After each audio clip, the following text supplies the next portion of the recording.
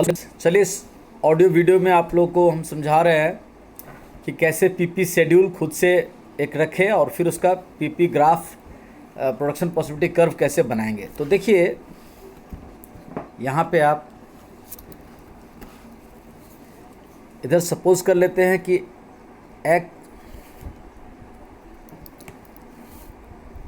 X और Y दो तरह के गुड्स हम लोग को प्रोडक्शन करने हैं इकोनॉमी में। तो हमारे पास रिसोर्सेस लिमिटेड है,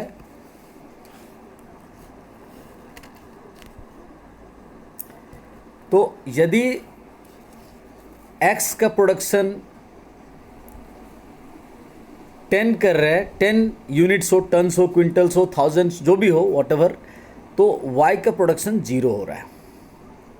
ध्यान दीजिए, अब x का प्रोडक्शन, ये इसका जब x का प्रोडक्शन 10 है, y का 0 है, that means we are devoting all our resources, technology, time on x। So x का ही सारा प्रोडक्शन है और y का 0 है। बट नहीं, चलिए दूसरा करते क्या कि x में से कुछ रिसोर्सेज करके हमने y का 1 यूनिट प्रोडक्शन किया। तो जैसे ही 1 यूनिट इसका प्रोडक्शन किया, इसका प्रोडक्शन घट के हो गया, सपोज कीजिए 9 करोड़, 9 हो गया। फिर हमने इसके प्रोडक्शंस को और बढ़ाया, इसका प्रोडक्शन बढ़ा के 2 कर दिया, ये प्रोडक्शन सपोज कीजिए ये 7 हो गया।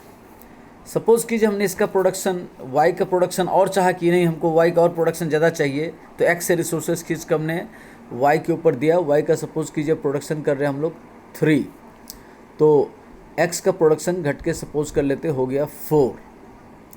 और फिर सपोज कीजिए हमने x का प्रोडक्शन बढ़ा के y का सारा रिसोर्सेस y के ऊपर डेडिकेट कर दिया, तो y का प्रोडक्शन हो गया 5। तो जैसे ही y का प्रोडक्शन 5 हो गया, x का प्रोडक्शन 0 हो गया, ऐसा मान लेते हैं।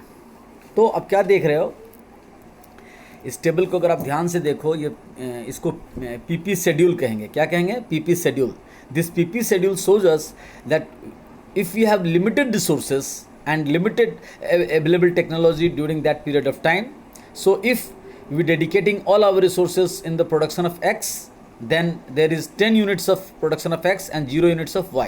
But no, if you want to produce some amount of y also, तो अगर हम लोगों ने y का 1 यूनिट प्रोडक्शन किया तो x का प्रोडक्शन घट के 9 हो गया।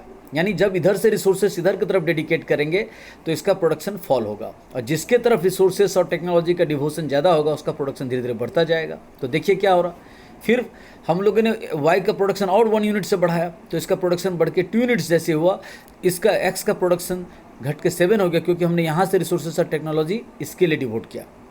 क्योंकि प्रोडक्शन पॉसिबिलिटी जो थ्योरी है उसमें ये बात पहले से एज्यूम कर लिया जाता है कि हमारे पास टोटल रिसोर्सेस लिमिटेड है, फिक्स है। उसमें से अब x और y में से दोनों प्रोडक्शन करो या कोई एक प्रोडक्शन करो, दैट इज़ अपॉन यू। अच्छा, फिर जैसे हम लोग प्रोडक्शन y का बढ़ा कर 2 से 3 किया, तो x का प्रोडक्शन 7 से घट के 4 हो गया। फर्दर फॉल हुआ प्रोडक्शन x का। फिर अगर हम लोगों ने y का प्रोडक्शन बढ़ा के 5 यूनिट्स कर दिया, तो x का अब 0 प्रोडक्शन हो रहा है, यानी x का कुछ प्रोडक्शन ही नहीं पड़ रहा। तो ये इधर से रिसोर्सेस इधर डिवोट करने से कैसे x का प्रोडक्शन फॉल होता गया और इसका प्रोडक्शन बढ़ता गया। अगर इसका उल्टा समझे, अगर इसका सपोज कीजिए ये 5 है और ये 0 है, तो जब सारा प्रोडक्शन हम लोगों ने, रिसोर्सेस हम लोगों ने, टेक्नोलॉजी हम लोगों ने अगर y पे डिवोट कर दिया, ये y है, y गुड्स के प्रोडक्शन में, तो तब y का प्रोडक्शन 5 है, x का 0 है। लेकिन नहीं, हमको x का प्रोडक्शन थोड़ा चाहिए, तो अगर x का प्रोडक्शन बढ़ाया 4, तो इसका प्रोडक्शन 2 यूनिट से कम हो गया, 3 पे आ गया। अगर हम लोगों ने x का प्रोडक्शन 4 से बढ़ा के 7 किया, तो इसका प्रोडक्शन 3 से घट के 2 हो गया। अगर हम लोगों ने इसका प्रोडक्शन 7 से 9 कर दिया बढ़ा के, तो इसका प्रोडक्शन 2 से घट के 1 हो गया। और अगर हम लोगों ने इसका प्रोडक्शन और बढ़ाया, तो मैक्सिमम आउटपुट हुआ इसका 10, और जब इसका मैक्सिमम आउटपुट 10 हुआ सारे रिसोर्सेज टेक्नोलॉजी लेने के बाद, तो तब y का प्रोडक्शन 0 हो गया। तो ये पीपी शेड्यूल हो गया। This is the PP schedule. अब इस पीपी शेड्यूल को देखिए, इधर अगर हम लोग ग्राफ पे प्लॉट करेंगे, तो चलिए ग्राफ भी देखते हैं कैसे खुद से बनाएं। ये एक ग्राफ है, इसका ये y एक्सेस है और ये इसका x एक्सेस है। x एक्सेस देखिए, इधर मैंने x एक्सेस लिखा और ये इधर वाई एक्सेस। तो और ये ओरिजिन है, ओरिजिन पे दोनों 0 0 होता है। अब इसको हम लोग डिवाइड कर लेते हैं अलग अलग यूनिट में, 1 2 3 4 5 6 7 8 9 10। इसका भी x 1 2 3 4 5 6 7 8 9 10। ये हम लोगों ने ये यूनिट्स में इस इधर में गुड x को दिखा रहे हैं, ध्यान दीजिए, और इस पे y एक्सिस पर हम लोग दिखा रहे हैं गुड y को दिखा रहे हैं। तो क्या था पहला कॉम्बिनेशन, इधर देखिए आप टेबल में कि जब x का 10 था तो y का 0 था। अच्छा, और एक चीज़ करते हैं इस ग्राफ, इस शेड्यूल में हम लोग, ये तो x और y का आउटपुट हो गया ना, और ये पीपी सेट मतलब प्रोडक्शन पॉसिबिलिटी सेट, इसका नाम अगर हम लोग रख लेते हैं, सपोज कीजिए P Q R S T, ये अलग अलग सेट है, पॉसिबल कॉम्बिनेशंस है, या तो कॉम्बिनेशन P या कॉम्बिनेशन Q या कॉम्बिनेशन R या कॉम्बिनेशन S या कॉम्बिनेशन T, इसमें से कोई पॉसिबल कॉम्बिनेशंस, जो भी चीज़ आपको प्रोडक्शन करना है दिए गए टेक्नोलॉजी एंड अवेलेबल रिसोर्सेज के हिसाब से आप इतना प्रोडक्शन कर सकते हो, इसमें से कोई भी प्रोडक्शन कर सकते हो। तो याद रखिएगा जो पहला सेट है प्रोडक्शन पॉसिबिलिटी सेट P है, उसमें x के आउटपुट 10 है। तो यहाँ पे ग्राफ पे अगर इसको आप प्लॉट करोगे तो कैसे प्लॉट करोगे, देखिए x पे गिनेंगे 10, 1 2 3 4 5 6 7 8 9, ठीक से 1 2 3 4 5 6 7 8 9 10, ये रहा 10, x का 10 यूनिट, और y का तब क्या है 0 है, तो यहाँ से 0 y, आपको पता है कि y का जब वैल्यू 0 हो तो वो x एक्सिस पे होता है, आप 9 10 में भी पढ़े होंगे, कोऑर्डिनेट ज्योमेट्री में पढ़े हैं, अलजेब्रा में पढ़े हैं, एक्सेट्रा। तो पहला पॉइंट ये बना, इस सेट का नाम है हमारा P सेट। फिर अब दूसरा देखिए क्या है, सेट Q में क्या कह रहा है कि x का प्रोडक्शन घट के 9 हो गया है, जबकि y के बढ़ के 1 हो गया।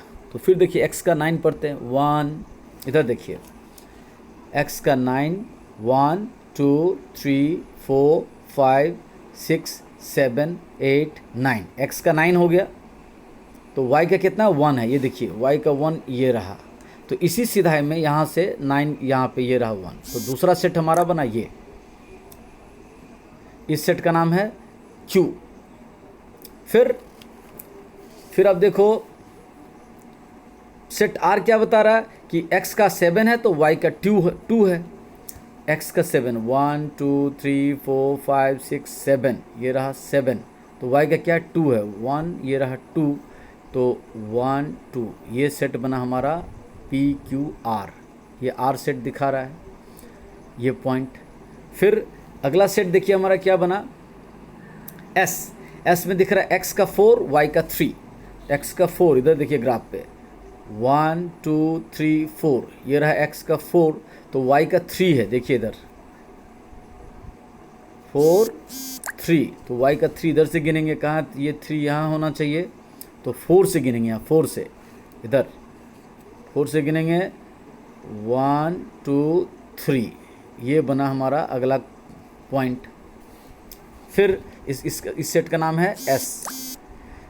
फिर अगला कॉम्बिनेशन है P Q R S, 4 हो गया। अब T में दिख रहा है कि x का 0 है, तो x का 0, तो देखिए इधर x का 0, इधर पॉइंट आ जाएगा, x का 0 यहाँ है, और तब y का क्या है, y का है 5, तो इधर गिनते हैं 1 2 3 4 5, ये देखिए y का 5 0 1 2 3 4 5, ये रहा 5, तो यहाँ से, तो यानी ये लास्ट पॉइंट बना, ये सेट इधर बना। अब ये जो सारा पॉइंट डॉट डॉट बना, ये डॉट, ये डॉट, ये डॉट, ये डॉट, ये डॉट, इस सारे को अगर आप मिला दो तो एक ग्राफ जैसा चीज़ बनेगा, इसी को कहते हैं PPC curve, production possibility curve. तो प्रोडक्शन पॉसिबिलिटी कर्व कैसे बनाते हैं समझ में आ गया, x और y पे रिस्पेक्टिवली वैल्यू पुट करते हैं, जैसा आप 9 और 10 में ग्राफ बनाने के लिए करते थे, उस तरह से ग्राफ बनाओगे। फिर जो एक इस तरह से शेप बनेगा, ऐसे करके ये शेप बनेगा, ये प्रोडक्शन पॉसिबिलिटी कर्व कहलाएगा। उस पर अलग अलग जो भी पॉइंट बनाएंगे, ये दिखाता है कि ये x एक्सिस का पॉइंट है, इसमें जरूर y 0 होगा, और ये पॉइंट दिखाता है कि ये इसमें x 0 होगा, और बाकी अलग अलग कॉम्बिनेशन इस पे बहुत सारा बन सकते हैं। तो जो भी कॉम्बिनेशन से आप प्रोडक्शन करो गुड्स का दिए गए रिसोर्सेस और टेक्नोलॉजी के हिसाब से। बट इसमें एक चीज़ और समझनी है कि जैसे इसमें था ना ये पॉइंट, ये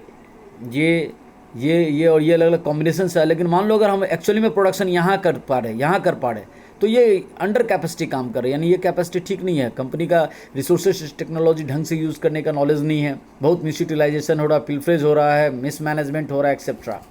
और मान लीजिए ये पॉइंट दिखा रहा है कि ये एल और एम, क्या ये प्रोडक्शन हो सकता है? ये जो रिसोर्सेज और टेक्नोलॉजी उसमें वो आपके लिए अटेनेबल है ही नहीं, इसलिए आप उसके बारे में माथा भी मत खराब करो। आपको ये जो अलग अलग कॉम्बिनेशंस बना T S R Q P का, इसमें से कोई कॉम्बिनेशन आप चुन करके प्रोडक्शन करो, जिससे कि उसमें से कोई कॉम्बिनेशन प्रोडक्शन का आउटपुट होकर के निकल के आए। उससे कम होना आपके लिए मिस यूटिलाइजेशन, मैल फंक्शनिंग, मिस मैनेजमेंट का इंडिकेटर होगा, और उससे बाहर तो आपके लिए अनअटेनेबल है, उसके लिए आपको अभी परेशान होने की ज़रूरत नहीं है। सो आई थिंक मैं अपनी तरफ से जो कोशिश किया कि प्रोडक्शन पॉसिबिलिटी का एक टेबुलर प्रेजेंटेशन पहले आपको दो एक्स और वाई का, आई थिंक मैंने ढंग से आपको दे पाया।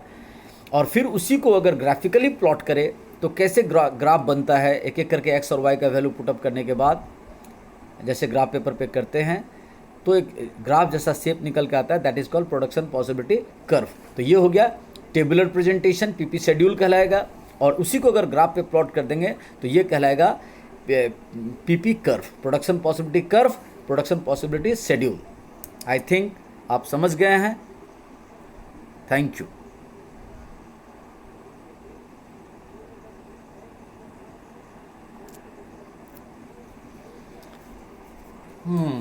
आगे नहीं जाना बुढ़िया करता गया।